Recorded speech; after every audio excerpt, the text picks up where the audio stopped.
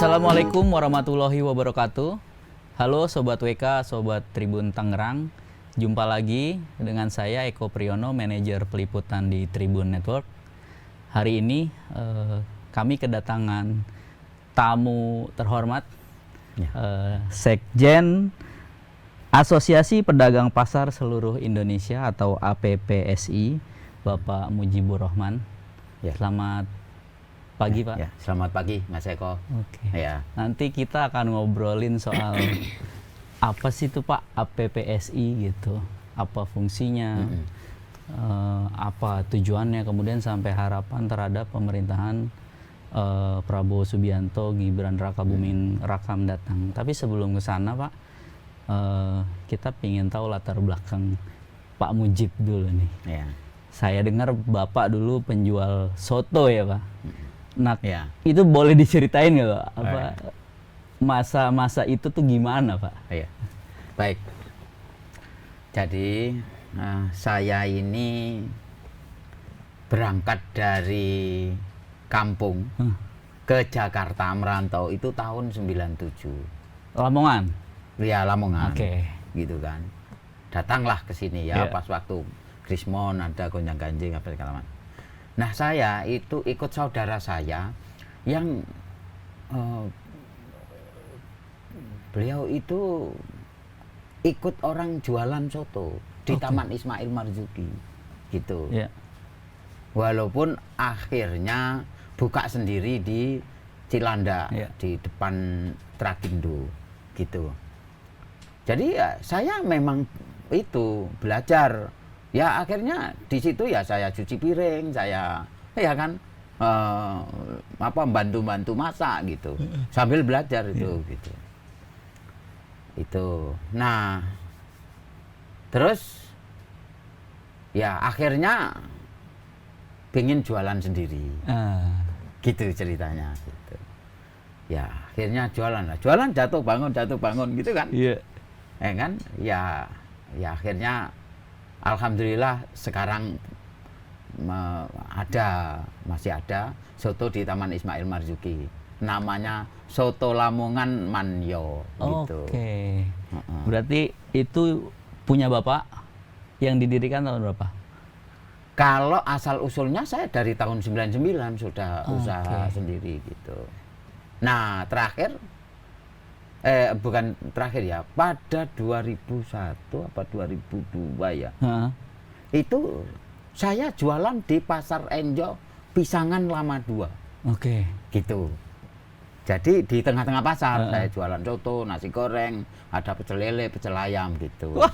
Jadi ya memang saya berangkat dari itu. Beneran orang lapangan ya Kak istilahnya. Loh iya, jadi saya itu di APSI itu tidak kemudian ujuk-ujuk gitu loh. Karena posisinya sekjen nih, bayangan orang kan pasti Iya. akan gitu. Ternyata jualan juga di pasar. Loh Ya? iya, kan gini, ada banyak orang yang ya nggak apa-apa, bagus juga. Orang lain atau yang tidak punya background dagang kemudian menjadi pengurus karena ingin memberikan kontribusi bagus juga, gitu loh. Nah, tapi kalau saya itu memang asli dari pedagang gitu. Jadi ya asal usulnya tidak jauh dari itu, kemudian saya bergabung di APSI lah. Oke. Proses jatuh bangun Pak. Ya.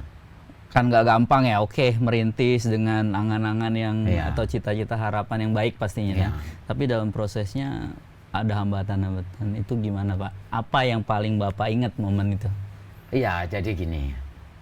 Pertama kali itu saya dimodalin orang.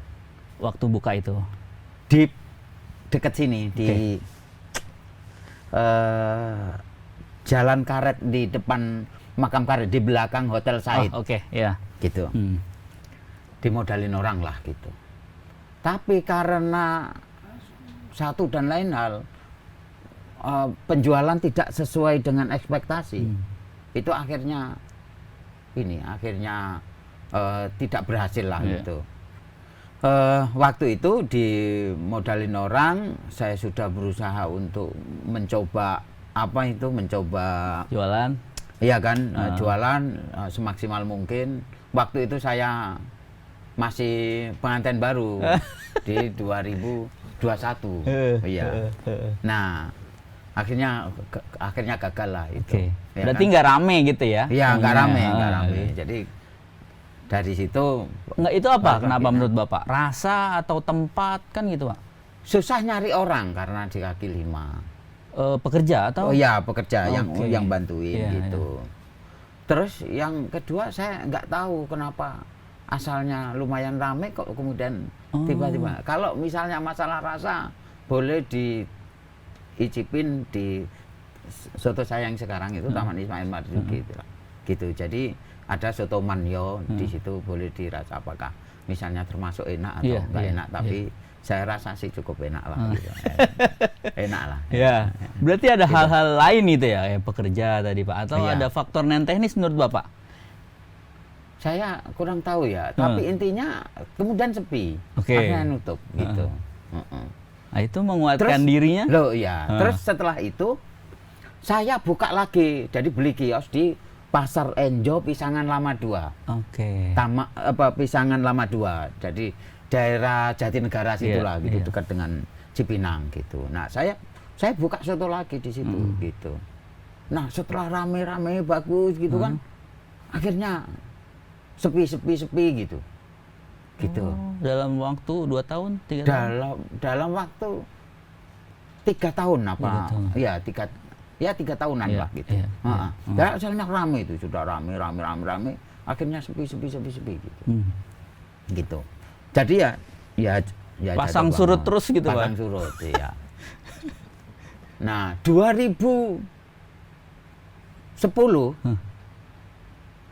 saya jualan di Jalan Bangkaraya, Oke. samping klinik ST. Kemang. Ada Kemang, gitu kan. Itu 4 tahun. Oke. Jadi buka gitu kan. Nah, kalau itu rame memang, stabil. Nah, saya kenapa kemudian saya berhentikan? Karena sewanya naik terus, Bos. Susah. Itu persoalan ya. Pemilik sewanya naik lihat terus. nih ya. Loh iya, ya kan. Ya kan sudah gitu depannya ruko, ya kan itu dipakai jualan itu. Ada jualan saya minta, bukan karena saya terganggu. Iya. Loh, kan saya nyewa ruko. Iya. Ya kan artinya itu ya fasilitas. Ya masa saya nyewa rukonya aja halaman atau Dipakai aksesnya orang, itu ya? dipakai orang ya kan. Nah, gitu. Akhirnya ya sudahlah saya tutup gitu. Iya. 4 tahun di sana. 4 tahun. 4 tahun. Iya kan. Kemudian Kemudian 2019. 2018 apa antara 2017 18 lah. Saya buka lagi di Taman Ismail Marzuki. Jadi kebetulan ada ini yang misalnya kurang terurus yang kemudian kita masuk dan jualan lah di situ. Itu di dalamnya apa di? Di dalamnya. Di dalam. Waktu itu di tenda-tenda ya. Oke. Nah, di apa? Setelah itu kan dibangun Taman Iya, Ismail Marzuki kan. direnov. Nah, baru kemudian saya melanjutkan lagi. Kemarin itu tahun 2023 karena sudah beroperasi kembali. Iya. Di bulan Agustus saya buka lagi gitu sampai Di sekarang. dalam berarti ya, Pak? Di dalam, ya. Oh, Kalau oke. sekarang di lobi planetarium. Oke, Gitu, di lobbynya ya. Iya, jadi ada kayak semacam apa ini gitu, kios food court gitu. Di lobi itu disediakan oleh pengelola Taman Ismail Marzuki. Nah, disitulah saya Lumayan jualan tuh, Pak, sekarang. pembelinya. Alhamdulillah. Iya. Jadi yang Bapak punya kios tinggal di situ atau tinggal ada lagi? di situ saja. Di tempat lain udah? Di tempat lain belum. Belum. Oke. Iya, rencananya juga ingin mengembangkan Wih. gitu.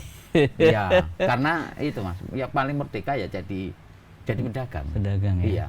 Waktunya gitu. Lah iya, pokoknya jadi pedagang itu paling merdeka. Siap. Iya kan? Nah, ini Pak. Oke, Bapak pedagang soto manyo tadi, soto Lamongan manyo. Tapi bisa kasih ini nggak ke pembaca ini, gimana sih mencicipin soto Lamongan tuh yang ini rasanya, ini aslinya kayak gimana gitu, Pak? Iya. Iya, jadi Kan soto Lamongan banyak nih, Pak ya. Baik, jadi cara menikmati soto itu adalah yang pertama tentu membandingkan karena kita tidak tahu ini soto yang khas Lamongan itu yang seperti apa. Yang pertama, yang kedua adalah jika mau mencicipi soto itu, pertama adalah jangan dikasih apa-apa dulu. Selain kalau misalnya sedikit agak ada jeruk nipisnya itu dikecerin. baru setelah itu dicicipin lah kuahnya. Kalau ternyata enak atau misalnya ada yang kurang sedikit manis, atau kalau masalah apa itu Gurih. bukan Koya. karena itu sambal misalnya kalau pedasnya ya. pedas. Nah itu tinggal ditambahin. Atau kalau misalnya orang sedikit agak perlu manis gitu, karena aslinya tidak manis. Oke. Ya, jadi soto Lamongan itu tidak manis, itu salah. Jadi kalau misalnya ternyata karena terbiasa masakan manis, nah itu baru ditambahin kecap gitu kan. Gitu. Nah, terus ada lagi khasnya Lamongan itu sebenarnya itu dari dulu nggak ada namanya soto pisah. Jadi soto itu pasti dicampur. Dan soto Lamongan itu soto ayam, bukan daging. Iya, Gitu. iya. Jadi nah cara misalnya kalau enak ya diterusin, tinggal nanti dikasih yang lain-lain lah gitu. Dan memang khasnya yaitu tadi ada koya. Koya itu sebenarnya adalah ramuan antara bawang putih dengan kerupuk udang lah gitu kan. Oke. Yang dihancurkan,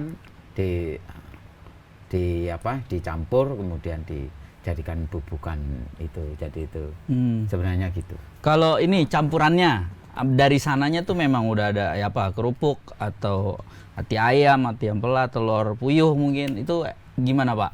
Ya, jadi memang itu masalah varian penyajian.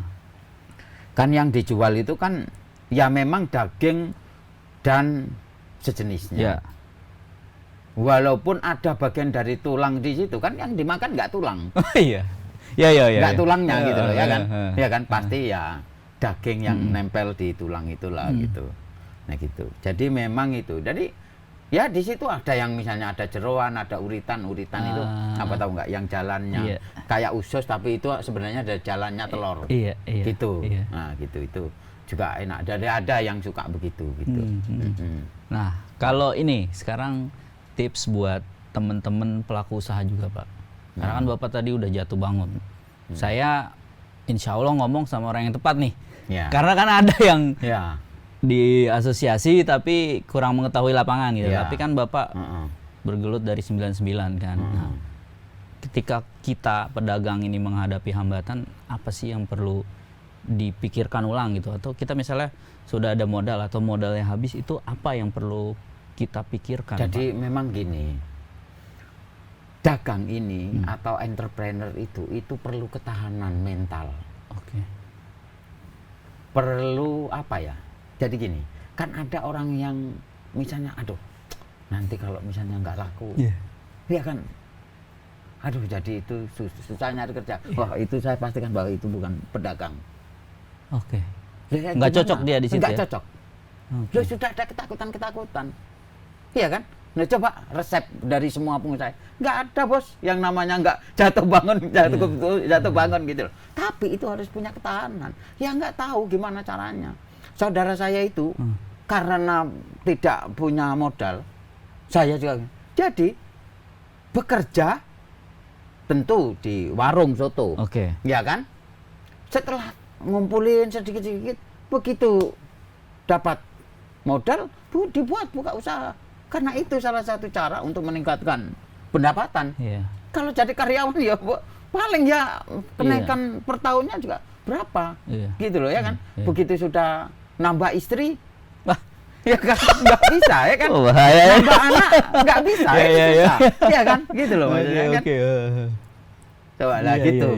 Oh berarti Bapak memang ketika ikut saudara itu bantu-bantu cuci piring, menyajikan makanan, memang punya niat akan membuka usaha. Loh iya dong, ya kan. Loh kalau saya hanya ngandelin gaji ya sampai tua, bukan kan kasihan anak istri, iya kan.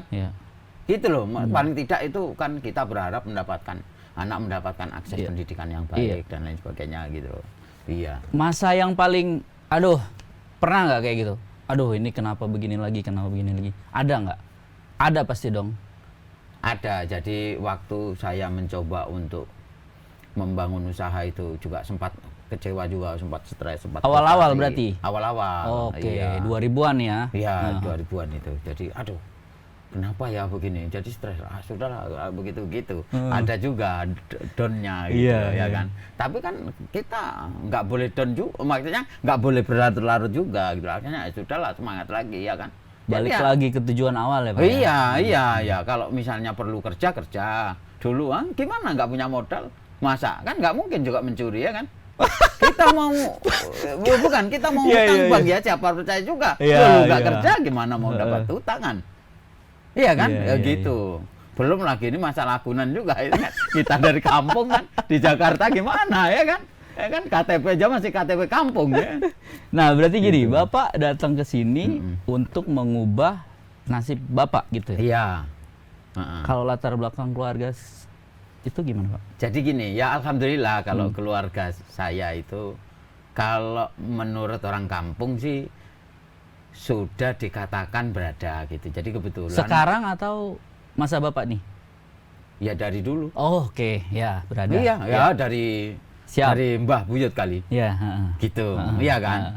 Gitu. Jadi ya Nah, kalau udah berada, alhamdulillah Bapak kenapa ngerasa saya harus berdiri sendiri gitu kan? Enggak, Gimana? jangan salah kan Iya. gantungin diri dengan orang tua. Sekarang Oke. gini, ya kita mau ada warisan Ya. segunung, Sebanyak ya apapun. kalau kita jadi sampah ya akhirnya gunung itu habis, Oke. warisan habis. Nah, Itu saya yang kan nggak Bapak mau. pikirin waktu Loh itu? iya ya, saya mau mandiri dong, Oke. mandiri punya ini sendiri walaupun ya nggak menutup ini. Saya pertama kali usaha dimodalin orang tua. Loh dimodal orang tua saya nggak Oh. itu. Yang pingin buka usaha sendiri itu? Iya, Oke. itu dimodalin Berapa orang itu? tua.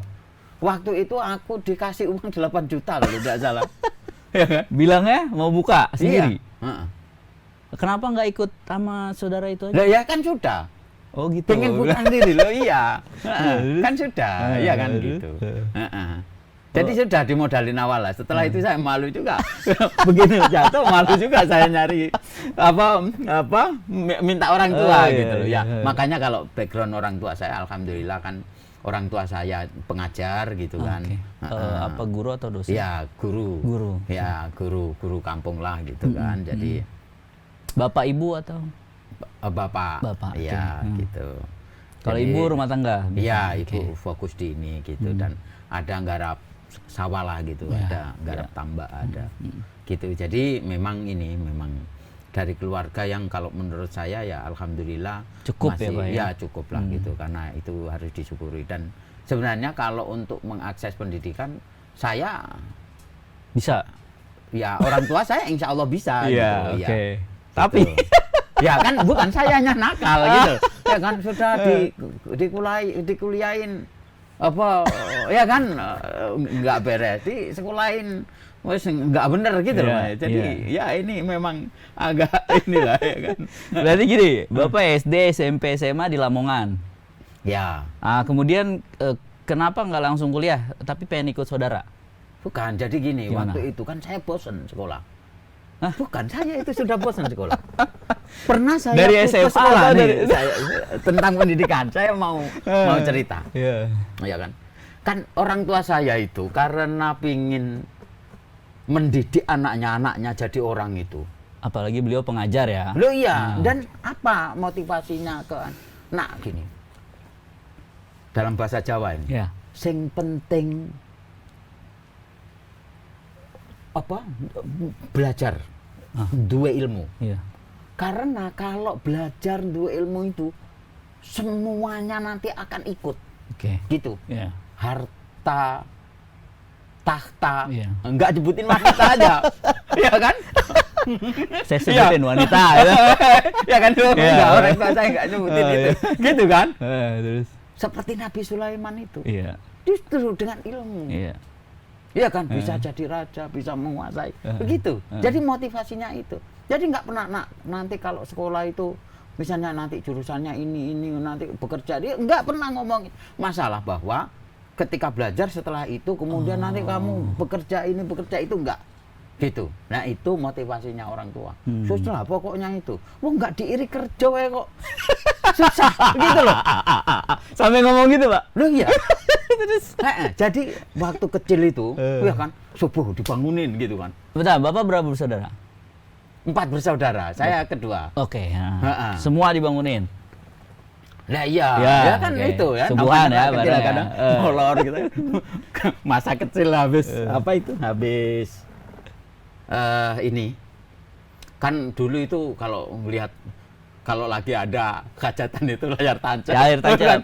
Sampai malam malam, Pak. Itulah itu paginya kan ngantuk di sekolah, ngantuk gitu kan.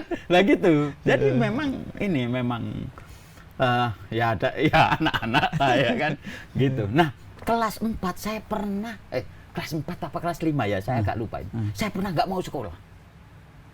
Sudah bosan karena pagi dari kelas 1 ini. 1 SD. Pagi itu sekolah SD, sore sekolah madrasah. Oh iya Pak. Mana ada waktu untuk main ya kan? Iya. Kalau Jumat itu hanya madrasah yang libur, kalau Minggu hanya SD yang libur. Jadi liburnya cuma setengah, setengah, ya kan? Iya. Waktu bermain kurang.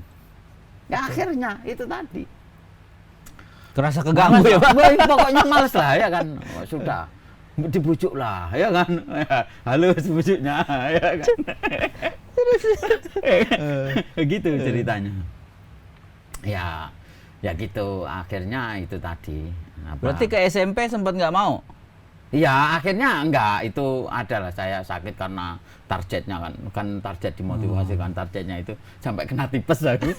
Ya kan? Iya. Ya waktu itu alhamdulillah lah bisa masuk ke ada ini sekolahan ya tanpa tes gitu loh, karena panas kan nilainya tertentu, pokoknya tinggal seleksi masuk gitu loh. Jadi secara itu gitu. Nah itu pun ya kan sorry ya saya skip, tidak akan ini di sekolah mana, tapi gini jadi itu pun itu 2 hari masuk.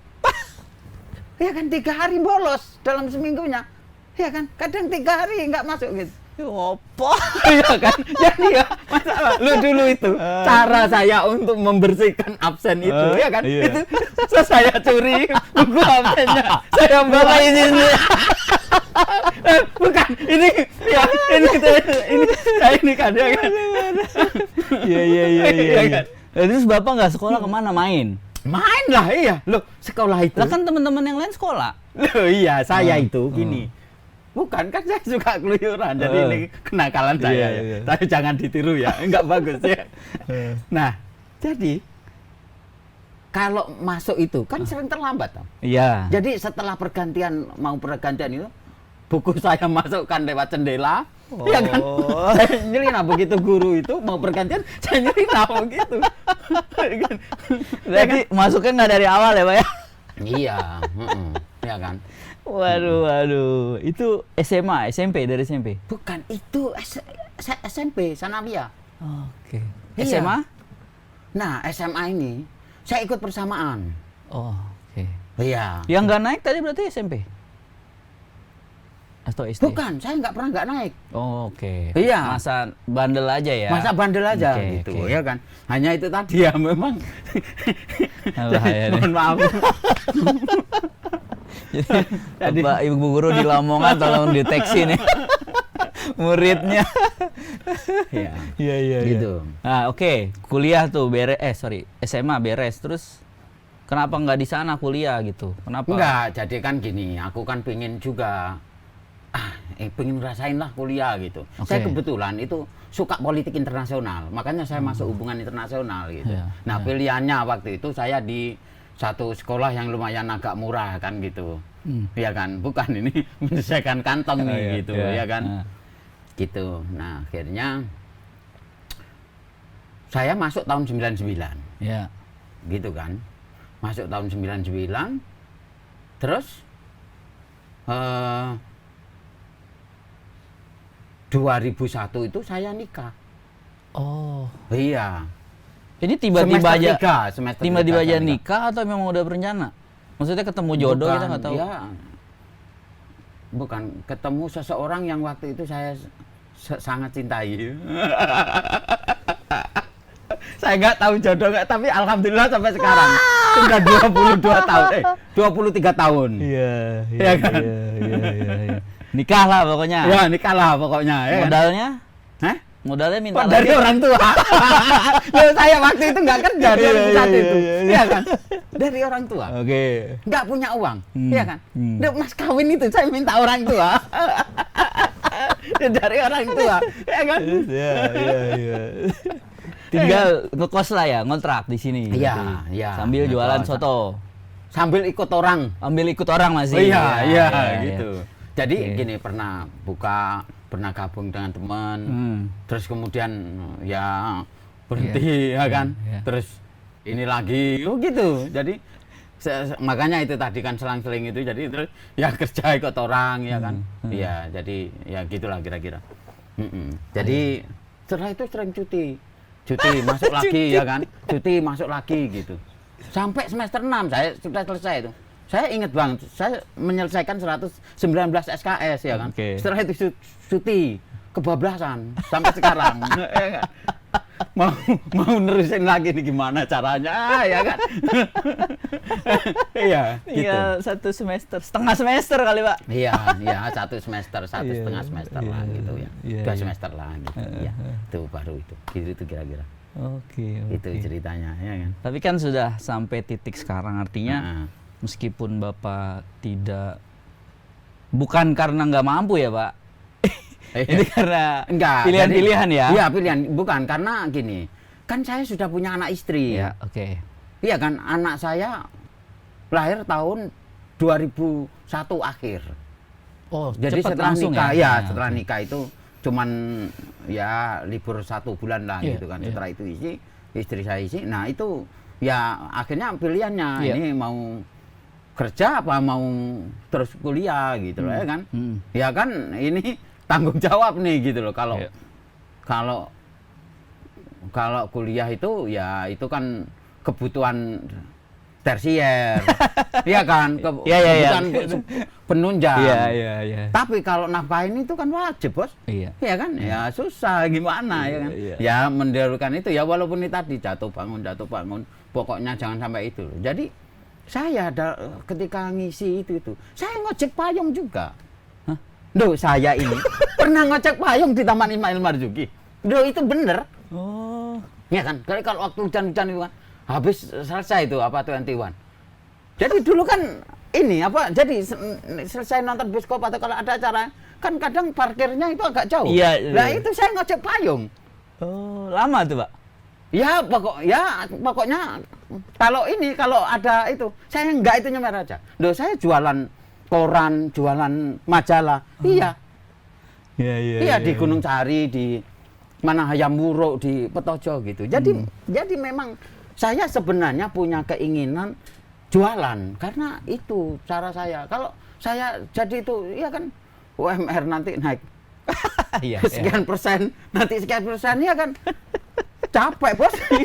Ya kan susah, ya kan. Nah, pingin usaha tapi ya konsekuensi dari usaha gitu ya kan. Oke. Gitu. Jadi, nah yang penting bagi saya adalah halal.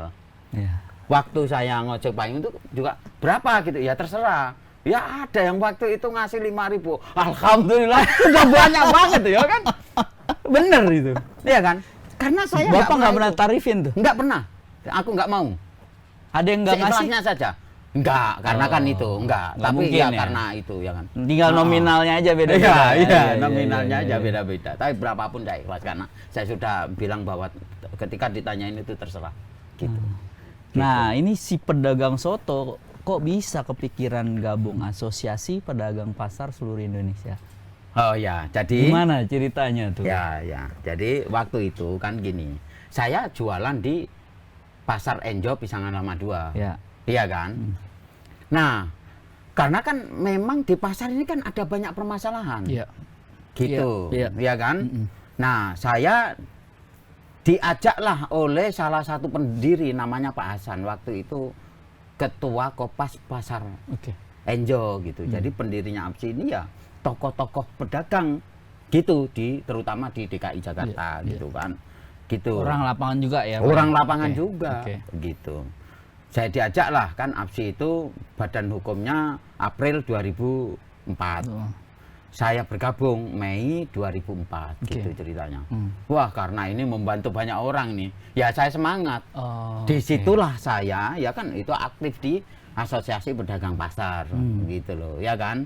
Terus akhirnya itu tadi sampai sekarang lah gitu kan kira-kira. Nah, awal mulanya ini dibentuk untuk apa, Pak? APPS ini. Nah, jadi APPS ini dibentuk itu memang untuk gini, tujuannya adalah bagaimana supaya pedagang itu punya bargain, punya posisi tawar. Nah, kalau sendiri saja kan juga susah ngelawan berat, Pak. kebijakan yang nggak berpihak, iya kan?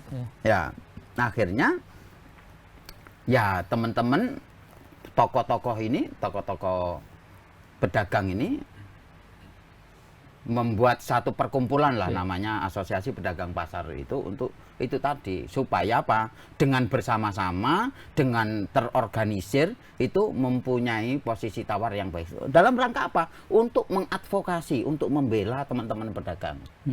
Gitu. Waktu itu masalahnya apa? Masih sama, Pak? Apa sewa lahan atau masalah? Enggak, jadi masalah kenaikan retribusi lah gitu. Oh, Jadi retribusi ya iuran pengelolaan pasar, IPP dan lain sebagainya, ada istilah yang sepadan dengan itu, tapi intinya retribusi. Ada masalah waktu itu menjamurnya retail modern.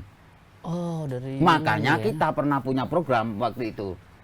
Jadi tolak hyper, super dan minimart gitu. Waktu itu. Karena memang mereka raksasa. Yuk kita kecil-kecil, Bos. Iya kan? Nah, gimana? Karena kita kecil-kecil, kita agak susah itu, ya akhirnya ya kita lawan lah, ya kan? Gitu, ceritanya gitu. Nah, ini kan perlu bersatu, Bos. Kalau sendiri ya mana didengar. Bersatu aja atau kumpul banyak aja nggak didengar juga. Ada peraturan yang mengatur tentang zonasi itu nggak dijalankan. Ya kan susah. Sementara kita dipungutin retribusi. Ya jadi gitu. Nah, masalah-masalah itulah yang kemudian menjadikan bahwa APSI ini berjuang di rel lebih ke advokasi memang gitu. Berarti awalnya pedagang di tingkat kota Jakarta Timur atau? Enggak, memang waktu berdirinya itu ingin bahwa APSI ini menjadi seluruh Indonesia. Gitu. Bahwa itu tercipta di Jatinegara itu di Jakarta ini persoalan lain. Tapi di Munas pertama 2004 bulan Oktober kalau tidak salah, bulan Oktober apa September ya, antara bulan itu gitu kan, apa Agustus ya, antara Agustus Oktober saya agak lupa bulannya, di 2024 kita mengadakan musyawarah nasional pertama. Itu berapa anggotanya waktu itu? Waktu itu kita karena pembentukan masih ini itu anggotanya ada 2000-an lah gitu. Nah, waktu itu? Iya.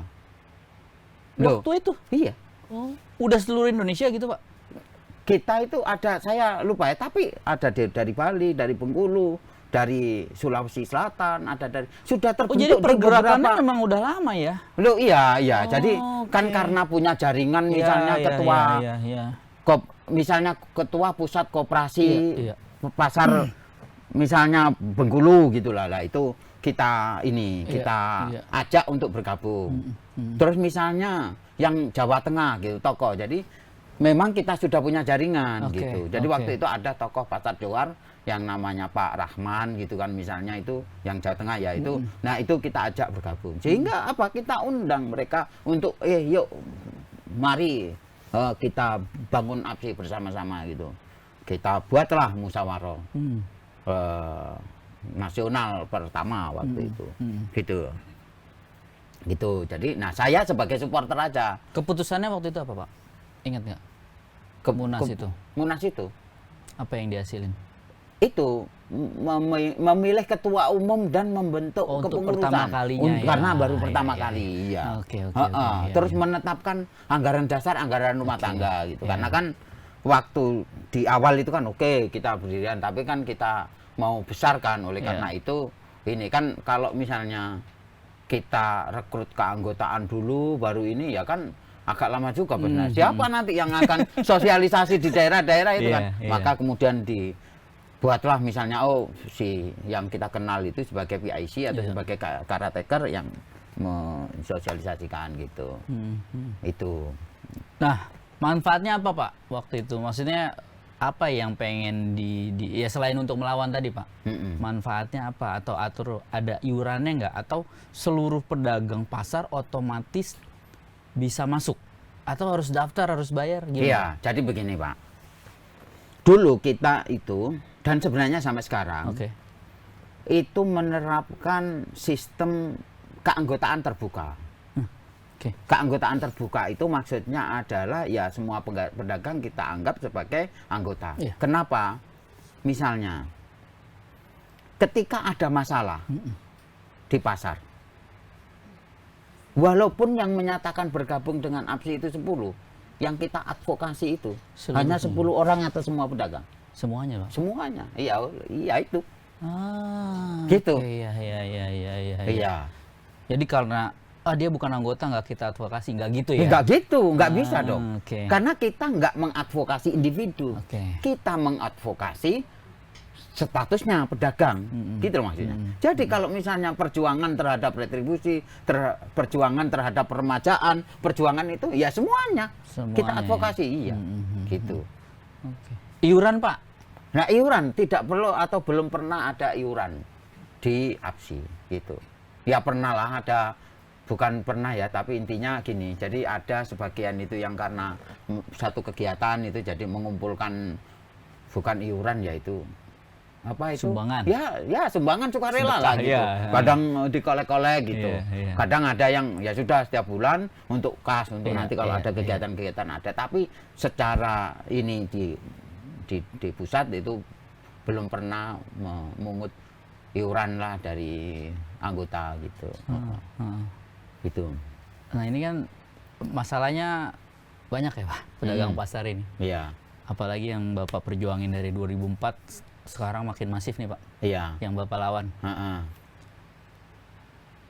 Pemerintahan berganti nih, Pak. Iya. Apa yang APSI harapan terhadap pemerintahan Prabowo Subianto dan Gibran Raka Buming Raka terhadap pedagang pasar tradisional? Apalagi Pak Prabowo kan pernah di APSI ya, Pak? Iya. Mengampu APSI. Iya. Gimana, Pak?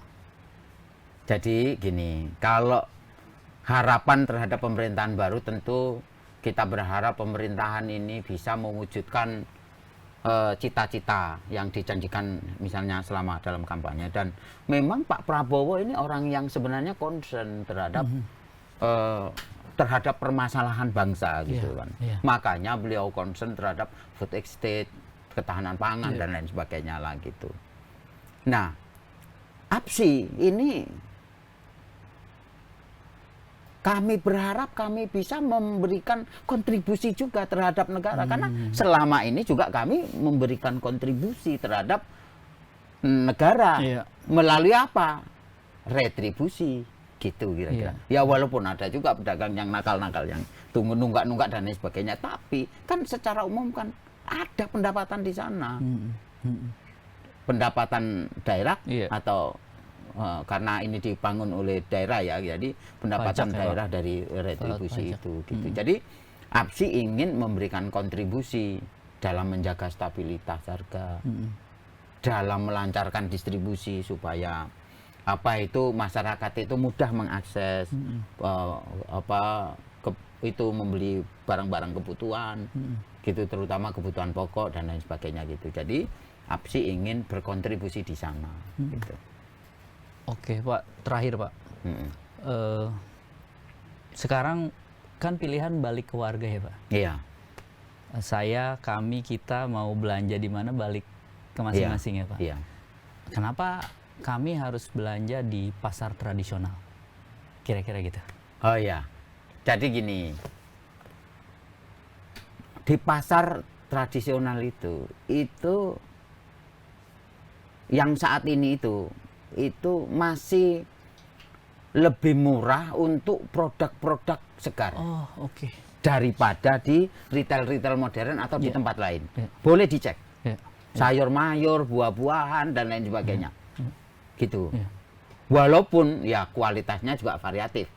Kalau di tempat-tempat lain itu kan kadang memang mensyaratkan kualitas tertentu untuk bisa masuk atau dijual di sana. Sementara kalau di pasar itu kan ya dari mulai yang ya kan grade C gitu kan sampai grade A lah gitu kan kira-kira begitu. Tapi masih lebih murah. Kalau dari sisi harga gitu. Ya memang sedikit agak yang ini juga mesti berubah dari sisi pedagang adalah cara mereka menjual. Jadi masih konvensional seperti dulu kebanyakan gitu. Gitu. Jadi belum ada yang maksudnya belum banyak yang kemudian mendisplay barangnya itu supaya Kemasan berarti ya, Pak? tampak bagus, Oke. menata barangnya dan lain sebagainya. Jadi masih banyak yang agak semrawut lah ketika penataannya lah gitu-gitu. Nah itu perlu itu kan gitu. Nah terus memang dari sisi pasarnya, pengelolaan pasarnya ya memang harus ada beberapa perubahan, beberapa perbaikan gitu. Terutama itu tadi, jadi masalah parkir, masalah kebersihan, ya kan. Terus misalnya gimana cara menanggulangi kebocoran atau supaya nggak becek dan lain sebagainya gitu untuk pasar-pasar tertentu. Terus masalah akses, gitu, akses menuju pasar itu dan lain sebagainya gitu. Jadi memang masih ada banyak PR. Nah itulah yang APSI ingin membantu pemerintah dalam rangka itu tadi. Ya, setidaknya dilibatkan ya, Pak. Betul, iya. Ketika pasar pingin direnov, direvitalisasi, ya diajak ngobrol gitu ya. Jangan ketika ada masalah berjuang sendiri gitu ya, Pak. Iya, iya. Oke. Gitu. Karena ya jujur ya, Pak, ya yang tadi Bapak omongin itu soal akses, soal parkir yang kita itu bikin mungkin enggan gitu ke pasar tradisional.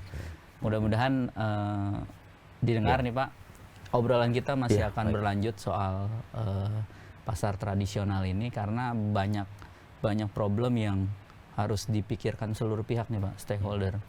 Karena pasar kan bukan pedagang pasar nih yang mendirikan. Ada pemerintah daerah masing-masing gitu ya, ada Pemprov dan pemerintah pusat harus punya kebijakan untuk bersikap kepada pedagang pasarnya Pak. Kalau tidak bisa menguntungkan, setidaknya jangan merugikan gitu ya Pak. Bikin aturan yang bermanfaat lah kira-kira. Demikian Sobat WK dan Tribun Tangerang, kita akan berjumpa lagi dengan narasumber lainnya, khususnya membahas soal pasar tradisional karena disitulah kita bermula sebetulnya. Karena keluarga atau ibu memasak ya hasil membeli dari pasar. Apa yang kita konsumsi ya hasil yang dia beli di pasar gitu. Jadi itu berpengaruh ke kehidupan kita. Sampai terima kasih Pak. Baik. Atas Sama-sama. Kesempatannya. Baik, Oke, Pak. Sobat WK, Baik, sampai jumpa lagi dengan kesempatan lain. Wassalamualaikum warahmatullahi wabarakatuh. Baik. Jangan lupa subscribe ya.